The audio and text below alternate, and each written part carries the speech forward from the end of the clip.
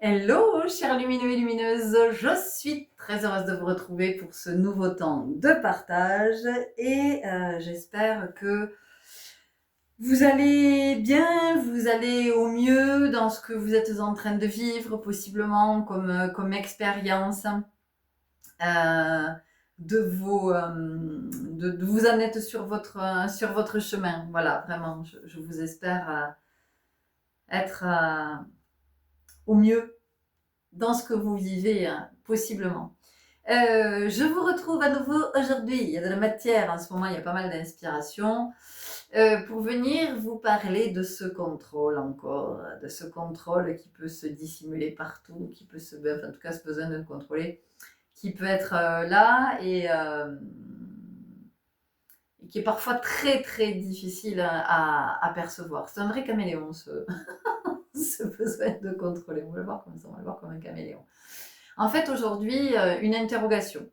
Vous savez que j'aime ça, les interrogations. Alors, les interrogations, pas interrogations écrites, hein, pas des trucs comme ça. Ça me parle pas. Mais une introspection, on va le dire comme ça. Voilà, l'introspection. Qui est dans cette quête spirituelle, dans cette quête de vérité, dans cette quête identitaire, peut-être dans cette quête de sens. Qu'est-ce qui m'anime? Qu'est-ce qui m'anime? Qu'est-ce qui fait que, à un moment donné, j'ai bifurqué, je me suis dit, tiens, je vais emprunter cette voie. Et jusqu'où je vais dans ma quête? Et est-ce qu'à un moment donné, dans cette quête, il n'y a pas dissimulé, l'air de rien, notre ami caméléon qui nous dit on a besoin de contrôler. Voilà. Peut-être qu'il y a quelque chose comme ça. Il y a peut-être quelque chose comme ça dans cette quête. Et ce que je trouve, moi, particulièrement complexe, comme toujours, c'est cette notion d'équilibre, hein, ce point d'équilibre. Parce que cet équilibre, en fait, c'est vrai qu'on est toujours à l'œuvre du côté de l'équilibre, enfin, en tout cas, voilà, si on est dans cette dynamique, si on est dans ce mouvement-là. Et on sait bien que l'équilibre, c'est vraiment un point tellement précis, tellement que si tu débordes à peine, ping, tu pars d'un côté ou tu pars de l'autre. T'es plus en équilibre, tu vois. Donc tu pars ouais, d'un côté, vers un extrême ou vers un autre, et arriver à tenir sur c'est un petit peu les poteaux de koh c'est un peu ça.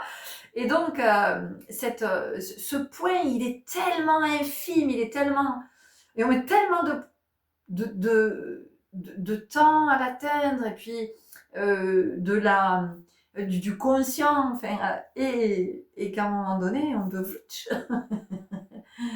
Et puis, ce qui est intéressant, c'est que cet équilibre, il est régulièrement déséquilibré, parce qu'il est régulièrement à rééquilibrer, parce qu'il est régulièrement à réinterroger. Eh oui, et oui, parce que tout ça, c'est aussi en lien avec tous les mouvements planétaires, les mouvements, tout ce qui est dans l'énergie, tout ce qui est là, ça va dépendre, et ça vraiment, je l'entends, mais de plus en plus, ça m'apparaît tellement évident, tellement évident. Ça va dépendre de votre thème astral, ça va dépendre, en tout cas, ça va être influencé par votre thème astral, ça va être influencé par votre thème numérologique. Il va y avoir tellement d'influences que du coup on se dit mais est-ce que ça vaut vraiment le coup de chercher ce point d'équilibre, parce que si ça tient jamais, à un moment donné, qu'est-ce que je fais? J'ai continué à être là ou j'y suis plus? Et c'est là que c'est intéressant, c'est qu'est-ce qui me pousse à être à cet endroit? Est-ce que j'ai besoin de contrôler et de me prouver que oui, je peux être en équilibre? Ou est-ce que c'est un appel vraiment qui me dit j'ai besoin de rencontrer ce point d'équilibre? Parce que, encore une fois, tout ce que je vous partage, c'est toujours mon modeste point de vue, hein, d'accord? C'est pas une vérité universelle, hein, c'est dans mon expérimentation aussi, dans mes introspections et dans ce que je comprends euh, de cette quête de vérité, puisque je sens bien que je suis en quête de vérité et que j'y suis en fait depuis mon enfance. Et j'ai bien compris que c'était inhérent à mon incarnation. Ça, je l'ai bien compris. Mais cette quête de vérité, est-ce qu'elle est constante? Est-ce qu'elle est H24? Est-ce que ça devient une forme d'exigence à laquelle je dois répondre et ça se transforme finalement en injonction? Vous voyez, est-ce que je me dis, bon, je vais essayer de tout décortiquer, de tout comprendre, parce que quand je comprends tout, je contrôle tout, plus rien y peut m'échapper. Sauf que, quand je veux contrôler, parce que je m'imagine que je peux tout contrôler, sauf que quand je veux contrôler, qu'est-ce qui se passe? Eh bien, c'est parce que je veux surtout pas être déstabilisée, parce que j'ai les pétoches, j'ai les fouettes, parce que j'ai pas envie d'être déstabilisée, parce que ça me met trop dans l'inconfort, parce que ça déclenche trop d'états émotionnels, parce que peut-être ça fait remonter une charge traumatique à la surface, peut-être que j'ai des mémoires qui se réveillent. En tout cas, je veux pas vivre cette instabilité, je veux pas vivre cette insécurité, je veux pas avoir peur. Alors je me dis que si je contrôle, rien ne m'arrive. Rien n'est moins sûr. Rien n'est moins sûr. Parce que quand vous êtes au volant de votre véhicule, déjà, imaginez, vous faites régulièrement le contrôle de votre véhicule. D'accord? Vous faites l'entretien, vous faites le contrôle technique, puisque ça s'appelle comme ça.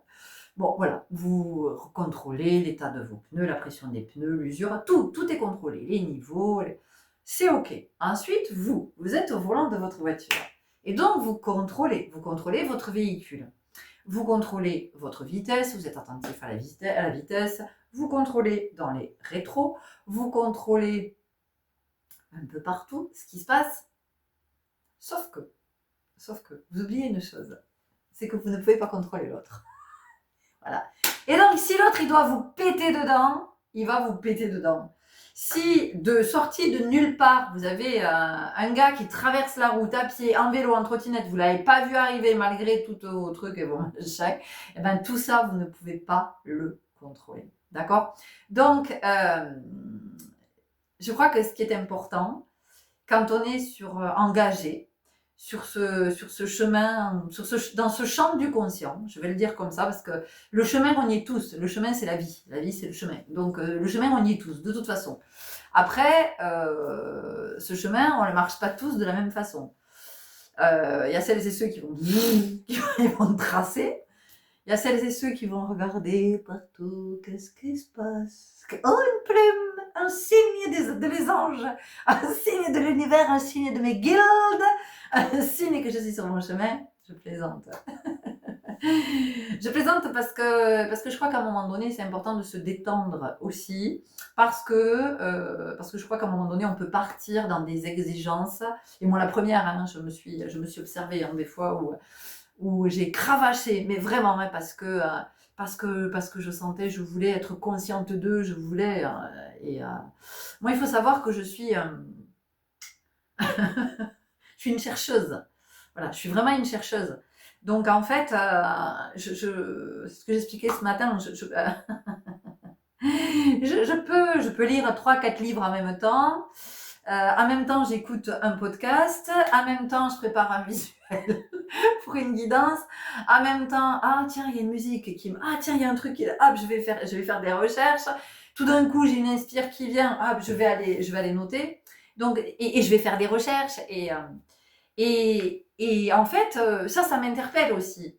C'est dans mes énergies. Donc, je peux pas. Comment dire? C'est là, c'est qui je suis. Et en même temps, j'entends bien que les défis de ma vie, ça va être de pas trop justement de nourrir, parce que j'ai besoin de nourrir mon cerveau, ça c'est clair, moi je l'ai bien compris. J'ai besoin de nourrir mon cerveau, mais par contre, l'équilibre, c'est que je le nourrisse correctement. Et c'est pas que je le sature, vous voyez? C'est comme vous, si vous avez faim, si vous mangez à votre faim, tout est ok. Mais par contre, si vous mangez plus que la faim que vous sentez, que la faim que vous avez, vous allez avoir mal au bide, vous n'allez pas être bien, vous n'allez pas pouvoir digérer, voyez. Et donc, voilà, aujourd'hui, je viens vous dire ça parce que je crois qu'à des moments, on peut se maltraiter aussi. Parce que pour moi, c'est une forme de maltraitance. Quand on veut aller trop... quand on veut aller trop chercher, quand on veut aller trop comprendre, quand on veut... Alors oui, c'est fondamental parce qu'effectivement, encore ce matin, moi je suis allée recevoir un soin ce matin, et oui, là où en discutant avec le thérapeute, j'ai mis le doigt sur le fait que oui, quand je vis une expérience qui vient raviver une mémoire qui est en lien avec une blessure, j'ai conscience de la ressource que je peux trouver à cet endroit. Voilà, ça c'est clair. Je sais que je vais trouver un outil qui va me permettre d'avancer. Mais je crois que ce qui est vraiment très très important, c'est se dire, ok, cette ressource, après, j'en fais quoi? Est-ce que cette ressource me permet de contrôler quelque chose ou au contraire d'être plutôt dans moi ce que j'appelle être le maître? C'est-à-dire que le maître, c'est celui qui sait se servir de ses ressources, voilà, et qui sait utiliser la ressource quand c'est nécessaire, qui se dit, ok, là j'ai besoin de telles ressources, mais il ne le fait pas pour contrôler, il le fait parce que à ce moment c'est opportun. C'est comme si il se met à pleuvoir, vous êtes en voiture, il se met à pleuvoir, ben oui, vous activez les essuie-glaces. Parce que sinon, très vite, si c'est une petite pluie, c'est que dalle. Mais si c'est une pluie qui est assez forte, ou de fortes pluies, enfin des pluies qui sont diluviennes, vous avez besoin des essuie-glaces, sinon vous n'allez plus rien voir. Donc là, c'est une évidence, vous voyez. Et la ressource, voilà, c'est quand est-ce que la ressource est une évidence. Et c'est là le point d'équilibre pour moi. C'est quand je suis aussi consciente que là, j'ai besoin de la ressource. Et la ressource, c'est pas pour me protéger. Voyez, la ressource, c'est pas pour éviter d'avoir peur ou parce que ça ne fonctionnera pas. Ce qui permet de ne plus avoir peur, à mon sens, c'est d'être vraiment de se dire que je peux avoir confiance en moi. Je peux me fier à mon intuition, je peux me fier à ma guidance, je peux me fier à ce que je sens, je peux, voilà, mon sentir, je peux me fier à tout ça. Et donc, pour moi, c'est ce qui fait qu'à un moment donné, on peut dépasser des peurs. On peut dépasser ces peurs aussi en vivant l'expérience, en acceptant de vivre l'expérience et se dire, ok, à quel moment une peur s'est activée? Alors, à quel moment? Qu'est-ce qui a déclenché cette peur? Quelle était cette peur? Est-ce que c'est la peur de souffrir? Est-ce que c'est la peur de tomber malade? Est-ce que c'est la peur de mourir? Est-ce que c'est la peur d'être abandonné, d'être rejeté, d'être trahi? Voilà. Est-ce que c'est la peur de ne pas y arriver? Est-ce que c'est la peur de ne pas obtenir ce que... Je sais pas. Vous voyez, il y en a tellement de peurs. Il y en a tellement. C'est la peur de l'inconnu. Ça me demande de m'engager. Ça me fait flipper. Vous voyez, donc, je crois que ce qui est important, c'est ça, c'est par rapport aux peurs, c'est de se dire, ok, dans les expériences que je vis, j'accepte d'avoir peur, c'est ok. Je suis un être humain, je suis avec plein d'émotions, je suis avec plein je suis avec des peurs, je suis avec des croyances, je suis avec des héritages, je suis avec des principes, avec des valeurs, je suis avec des suppositions, je suis avec des illusions, je suis avec des besoins, il y a tellement de choses qui sont là, qui sont en moi.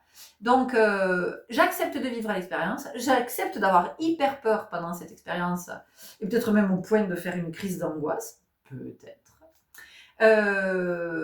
Et du coup, je vais regarder qu'est-ce qui déclenche cette peur, comment se manifeste cette peur, quelle est cette peur, qu'est-ce que ça induit dans ma vie. Est-ce que ça va induire quelque chose uniquement sur l'état émotionnel ou physiologiquement il va se passer quelque chose sur le plan mécanique, sur le plan physique, dans la matière? Qu'est-ce qui se passe? C'est d'observer tout ça. Et là, oui, effectivement, on peut être dans cette quête d'apprendre à mieux se connaître. D'apprendre à mieux se connaître aussi pour comprendre qu'à un moment donné, bon, ça fait plusieurs fois que je vis cette même expérience. ok, il y a quelque chose que je n'ai pas vu, alors que j'ai jamais vu, ou possiblement quelque chose que je n'ai pas encore vu les fois précédentes. J'ai vu certaines choses, j'ai capté des trucs, mais il y a encore quelque chose visiblement que j'ai besoin de capter. Ça fait plusieurs fois que je vis, j'en sais rien, dans une relation, peu importe la relation, quelle que soit la nature de la relation. On se fâche, on se réconcilie, on se fâche, on se réconcilie, on se fâche, on se réconcilie, ça reprend, ça s'arrête, ça reprend, on est à distance, ça revient, tout ça, ça s'en va et ça revient. Bon, bref, n'importe quoi. Et tout ça, c'est de se dire à un moment donné, mais est-ce que ça me fait du bien? Là, tout ça, là, tous ces allers-retours, en fait, est-ce que... Et à un moment donné, il y a quelque chose qui va me dire, ben non, non, ça ne me fait pas de bien. Et je ne veux plus vivre ça. Je comprends que ça met en évidence cette blessure, cette mémoire, cette peur, ce mécanisme, ce machin. Mais puisque c'est bon, je l'ai compris, j'ai pas besoin de continuer à entretenir ce schéma relationnel. Donc, soit je mets définitivement un terme à la relation, soit je peux avoir, enfin, dans l'autre ordre peut-être, mais soit je peux avoir une discussion avec l'autre, il était 16-16 quand je vous disais ça, soit je peux avoir une discussion avec cet autre avec qui je suis en relation, en lui disant, écoute, voilà, cette relation telle qu'elle est aujourd'hui, personnellement, elle ne me nourrit pas, mais non seulement elle ne me nourrit pas, mais elle m'étiole. En fait, c'est une relation qui ne me fait vraiment pas de bien. Donc, ce que je te propose, c'est est-ce qu'on peut essayer de nourrir la relation différemment? Est-ce qu'on peut être dans un autre mode relationnel? Parce que si vous êtes tout seul à essayer d'impulser un autre mode relationnel sans en parler à l'autre, je suis pas sûre que ce soit opérant. Concluant, que ça porte ses fruits, que ce soit bénéfique, que ce soit prolifique, que ce soit... Enfin bon, bref, tu as compris le coup. Voilà, donc on a cette possibilité aussi de... Vous voyez, et ça, pour moi, ce sont des vraies ressources, c'est de se dire, ok, non, c'est plus possible pour moi, parce qu'à chaque fois, parce que peut-être j'espère quelque chose, j'espère, ben oui, j'espère si j'y reviens, c'est que, encore une fois, quelle que soit la nature de la relation, c'est que j'espère qu'à un moment donné, il va y avoir de l'amour à cet endroit. Il va y avoir du respect à cet endroit, quelle que soit la relation. Même si c'est une relation amicale, c'est une forme d'amour. Il va y avoir du respect, il va y avoir quelque chose que j'attends va être satisfait, voyez. Donc, quand je comprends que ce que j'attends dans cette relation ne sera pas satisfait, ça, c'est ma ressource. C'est ma ressource de me dire, ok, donc c'est à moi à m'apporter ça, et puis aussi, maintenant, à m'autoriser à être dans d'autres types de relations et pas rester toujours coincé dans les mêmes relations.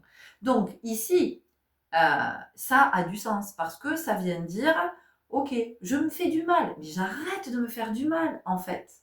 J'arrête de me faire du mal. Et ça pour moi, c'est vraiment du côté de la ressource, du côté de la quête de vérité, de la quête de l'identité aussi, de savoir qui on est en vérité, de la quête spirituelle, en tout cas du champ du conscient. Et ça n'est que mon point de vue, ça n'est pas du tout le fait de contrôler. Ce qui va être dans le... Comment le contrôle pourrait se manifester? Le contrôle, il pourrait se manifester, par exemple, en disant à l'autre, si je prends dans une relation avec l'autre qui est dysfonctionnelle, ou en tout cas qui vient... Oui, qui est dysfonctionnelle. Je vais le dire comme ça. Et qui peut devenir toxique pour moi. Ça ne veut pas dire que l'autre est toxique, mais ça veut dire que cette relation telle qu'elle est nourrie, telle que je la vis, elle est toxique pour moi. C'est-à-dire qu'à un moment donné, elle vient porter atteinte à quelque chose en moi. Sur le plan émotionnel, sur le plan psychique, sur le plan physique, sur le plan physiologique, sur énergétique, peu importe. Mais en tout cas, voilà, ça devient toxique pour moi. Par contre, effectivement, là où il peut y avoir la notion de contrôle, ça peut être quand je dis à l'autre, bon écoute, moi je travaille sur moi je suis sur un chemin, voilà, je te conseille de lire les 5 blessures de l'âme, tu devrais faire ci, tu devrais faire là, tu devrais machin, tu devrais. Ça, c'est le contrôle.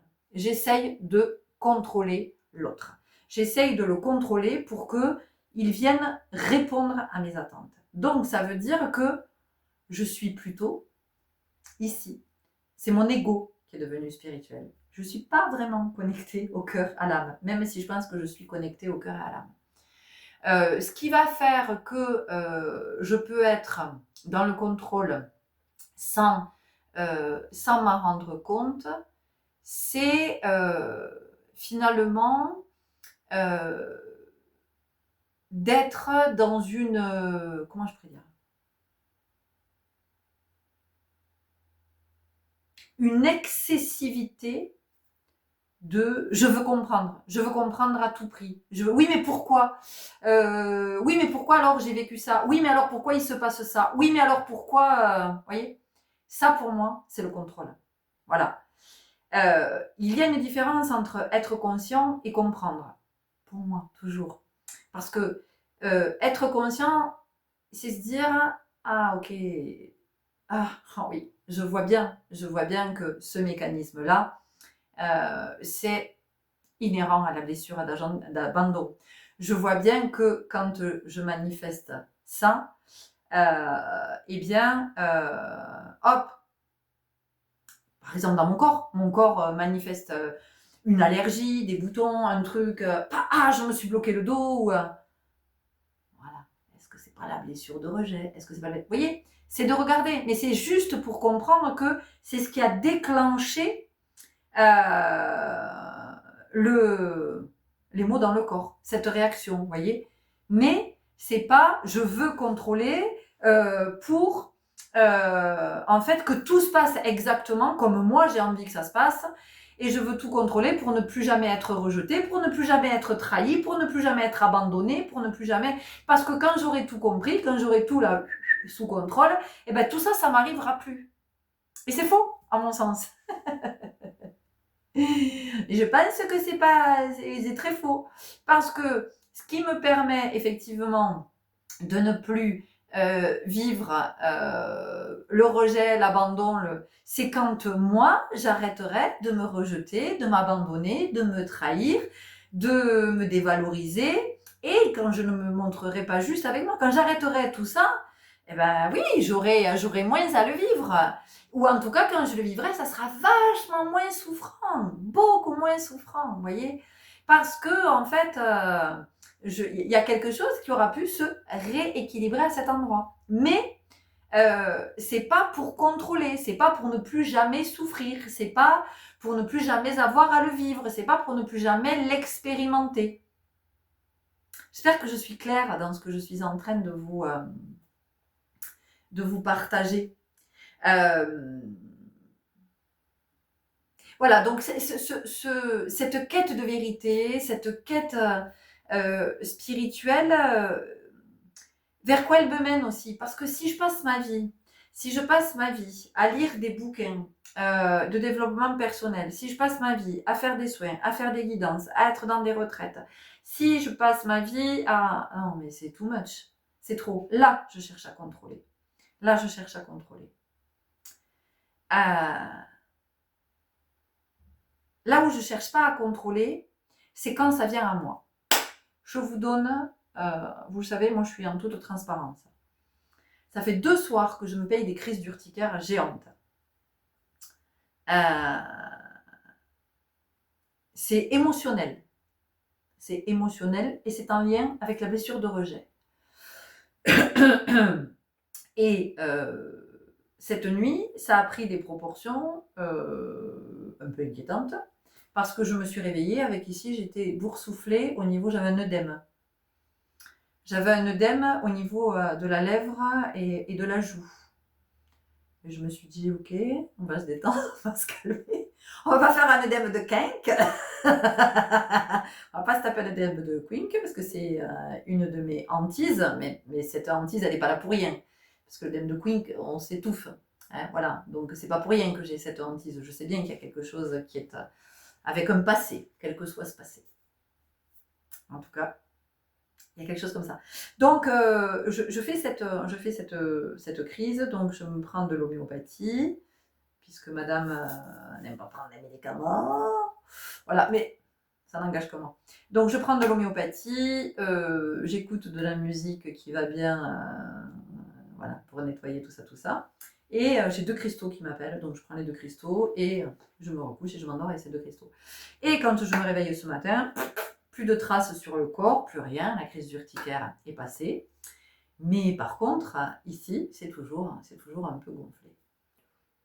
Donc évidemment, quand je me vois dans la glace, il y a quelque chose par rapport au rejet. Vous comprendrez bien, mais comprenez pourquoi je vous partage tout cet intime. C'est pas pour vous parler de moi, c'est pour que vraiment vous voyez jusqu'où on peut aller. Donc, ben oui, ici, je me dis, ben oui, si tu commences à être défigurée, ma fille, évidemment, le rejet. Ah, ben oui, ça se manifeste. Comment il se manifeste, le rejet? Ben oui, si physiquement, je suis... j'ai une apparence chelou, bien sûr que je vais susciter le rejet. Dis, ben oui, donc ça me conforte dans cette blessure, dans cette mémoire. Ok. Et là, je dis, bon, tu vas pas rester comme ça quand même, tu vas appeler ton médecin. Première tentative, j'ai plus le bon numéro du médecin. C'est pour vous dire comment je consulte souvent. Je me dis, putain, il n'exerce plus. Bon, et puis je vois dans l'annuaire, bon, le numéro a changé, ok, très bien, ou je l'avais mal enregistré, je sais pas ce que j'ai foutu, peu importe, j'appelle. Et donc, j'appelle, et je crois que j'ai quelqu'un au bout du fil, je dis allô, en fait non, c'est une bande qui me dit non de patienter. Vous allez voir pourquoi je dis tout ça. J'ai quelqu'un qui finit par me répondre, je commence à dire oui, bonjour, je suis une patiente du docteur un instant s'il vous plaît. Et je me retape la bande. Oh, je suis en train de gonfler, je suis chez moi, je suis comme un coluche dans le banzai. Et oh, la vérité, toi aussi, tu me rejettes au téléphone. Tu me connais pas et tu me rejettes. Vous voyez jusqu'où ça peut aller? Non, mais c'est pour vous dire. Alors là, c'est comme ça. Ça vient maintenant. Hein. Ce matin, c'est pas ce que j'ai vécu, mais oui, c'est dans notre esprit, comment ça peut aller loin, hein, comment notre souffrance peut aller loin. J'aurais pu effectivement ce matin me dire, oh la vérité lui aussi me rejette, et t'as pas vu ma tête ce matin. Bon bref, tout ça pour me dire, alors, le médecin qui vous voit d'habitude n'est pas là, son associé non plus, et l'autre associé non plus. Bon, ok. Et donc là je me dis, très bien, et il me dit, appelez le, je sais pas quoi là, le 116 ou le 117. 118, 218. Et donc, alors, attention, ouvrez bien vos oreilles, parce que ça, c'est moi, c'est mon sentir, d'accord? Moi, je suis pas en train de vous dire quand il arrive un truc comme ça, n'appelez pas votre médecin. C'est pas du tout ce que je suis en train de dire. Hein. C'est que moi, je n'ai pas senti d'appeler le médecin. Je me suis dit, c'est pas pour rien que ton médecin n'est pas là. C'est pas pour rien que dans son cabinet, il y a personne qui peut te recevoir. Donc, je me dis, ok, qu'est-ce que je fais? Je me dis, je vais descendre à la pharmacie.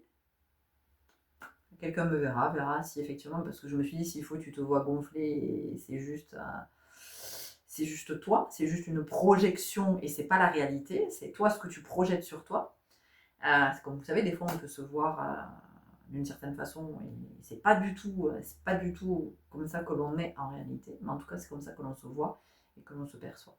Donc je descends à la pharmacie et là, sur le chemin, j'entends un prénom, contacte-le. Il est acupuncteur, il fait de la médecine chinoise, il fait du tai chi, il fait plein de trucs. Et je sens que c'est lui. Je me dis ok, je lui envoie un message, je lui dis coucou, voilà ce qui m'arrive. Si tu sens que tu peux m'éclairer dans les jours qui viennent, quand tu auras une dispo, bah écoute, fais-le moi savoir. Il me répond rapidement en me disant, c'est peut-être ton jour de chance. J'ai un créneau qui s'est libéré ce matin. Donc, je prends à la pharmacie ce que j'avais à prendre aubépine passiflore pour me détendre, voilà, pour... et je vais je me rends à la consultation qui m'est proposée à ce créneau. Et ben c'était lui que j'avais besoin de voir ce matin. Voilà, parce qu'il y avait à voir dans mes énergies, j'ai beaucoup de feu, donc je savais qu'il y avait le feu, il y avait quelque chose au niveau du poumon, il y avait tout ça, ça a pu être vu par l'acupuncture, ça a pu être vu, ça a pu lâcher, Ça ne veut pas dire que je ne devais pas refaire de crise d'urticaire, mais ce que je veux dire, c'est que là, effectivement, tout était très clair. C'est pas d'ordre médical, c'est d'ordre émotionnel. Donc, en fait, ce qui est à traiter, c'est le champ énergétique et émotionnel. Et c'est ce qui a été traité ce matin pendant la séance. Et c'est ce qui a fait qu'il y a quelque chose qui a pu lâcher en moi et que ça allait beaucoup mieux quand je suis sortie de cette séance. Donc, je vous partage ça pour vous dire qu'effectivement, là, si vous voulez, j'ai rien cherché à contrôler. J'ai pas été dans une quête. Et ce que je voudrais vous dire aussi, c'est que c'est pas parce que je suis sur ce chemin et que je fais des guidances et que je fais des soins et que j'anime des ateliers de danse intuitive et que je connecte beaucoup de choses et que je partage pendant ces moments-là, c'est pas pour ça que ça m'empêche de développer ou de manifester dans le corps. Et je vous l'ai dit, cette année, le corps manifeste beaucoup. Il nous dit beaucoup par rapport, c'est la fin de cycle et tout ça. Donc moi, je comprends aussi sur le plan de l'émotionnel, j'ai compris ce que je devais clôturer cette année. Voilà. Mais c'est pas je dois le clôturer comme une injonction. C'est parce que mon âme me dit c'est ok, c'est bon, on a compris, c'est pigé. Voilà. Donc maintenant, tu as vu, tu sais, et maintenant, c'est comment tu vas aller chercher des ressources pour, comment je pourrais dire, améliorer une qualité qui est là et qui n'est pas suffisamment nourrie, qui n'est pas suffisamment développée, une énergie qui n'est pas assez nourrie. Vous voyez, c'est tout ça. Et ça, pour moi, c'est pas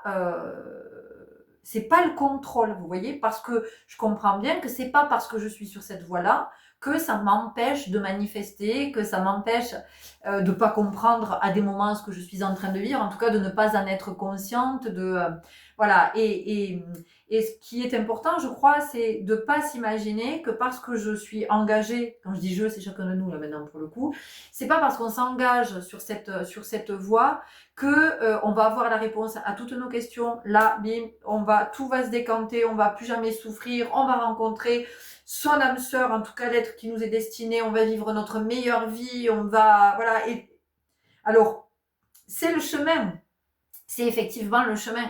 Mais ce que je veux dire, c'est que on n'est pas sur cette voie, on n'est pas engagé sur cette voie pour quelque chose, pour obtenir quelque chose. Et le contrôle, c'est ça. En fait, le contrôle, on veut obtenir la sécurité. On veut être aux commandes, on veut tout piloter. Moi, ce matin, j'étais aux commandes de rien du tout. Vous voyez ce que je veux dire? J'ai été aux commandes de rien du tout. J'ai juste écouté mon sentir. Et quand, au niveau du médecin, ça m'a dit non, voilà, clairement, quand je me suis posée, je me suis dit, bon, et j'ai demandé, je dis, bon alors, ok, c'est pas médical, qu'est-ce que je fais? Je sens pas que ce soit, je dois appeler un médecin d'urgence. Alors, qu'est-ce que je fais? Voilà, et le truc, j'ai dit, qui est-ce que je peux contacter? Et donc, il y a le prénom de ce praticien qui est arrivé, voilà, parce que ce matin, c'était le plus opportun pour moi. Et je n'ai rien contrôlé à cet endroit, vous voyez, c'était le plus juste. Donc, c'est aussi je crois, de comprendre, enfin d'entendre, d'intégrer que sur cette voie, c'est comment on se laisse guider. Voilà. Je crois que je vais finir là-dessus. Comment on se laisse guider sur cette voie, mais pas comment on se laisse guider par l'ego qui veut contrôler, mais par cette intelligence, ce divin, par ce soi supérieur et qui est en connexion avec ce champ extérieur, que vous appelez peut-être la source, que vous appelez l'univers, que vous appelez le champ quantique, comme ça vous parle vraiment. Voilà, c'est-à-dire que je cherche pas à tout comprendre, à tout capter, à tout machin, à tout pour que l'expérience se passe plus vite, pour que j'obtienne ce que je... C'est pas du tout ça. C'est pas du tout ça. C'est vraiment de comprendre que c'est un chemin de croissance. Et que vous savez bien que la croissance, c'est un processus qui est naturel. Et que vous pouvez faire tout ce que vous voulez. La croissance, elle est... comment je pourrais dire? Elle est inhérente à la vie. Si vous devez faire 2,10 m, vous ferez 2,10 m. Si vous devez faire 1,60 m, vous ferez 1,60 m. Vous voyez ce que je veux dire? Vous pouvez faire tout ce que vous voulez pour grandir ou pour pas trop grandir. Alors vous allez me dire, oui, si, il y a des piqûres, il y a des machins. Ok, ok, je suis pas médecin. Je suis pas médecin. Moi, je vous parle de processus naturel. Donc, voilà, je crois que c'est important de se demander ce qu'on cherche vraiment quand on se sent appelé sur cette voie, quand on est engagé sur cette voie. Voilà. Que ce soit pas un truc qu'on déplace, mais bon, on était sur ce chemin, on essaye de tout contrôler. Bon, ben, ça a l'air mieux du côté de la spiritualité. Oh, les spirituels, ils ont l'air vachement mieux. Ça a l'air plus sympa leur chemin. Ça a l'air drôlement plus cool. Je vais aller là. Je vais faire du spiritualité. Je vais aller faire de la spiritualité. Bonjour les amis de la spiritualité. C'est moi. Ça a l'air vachement plus sympa chez vous. On peut contrôler ici ou bien? Ouais, on peut. J'arrive.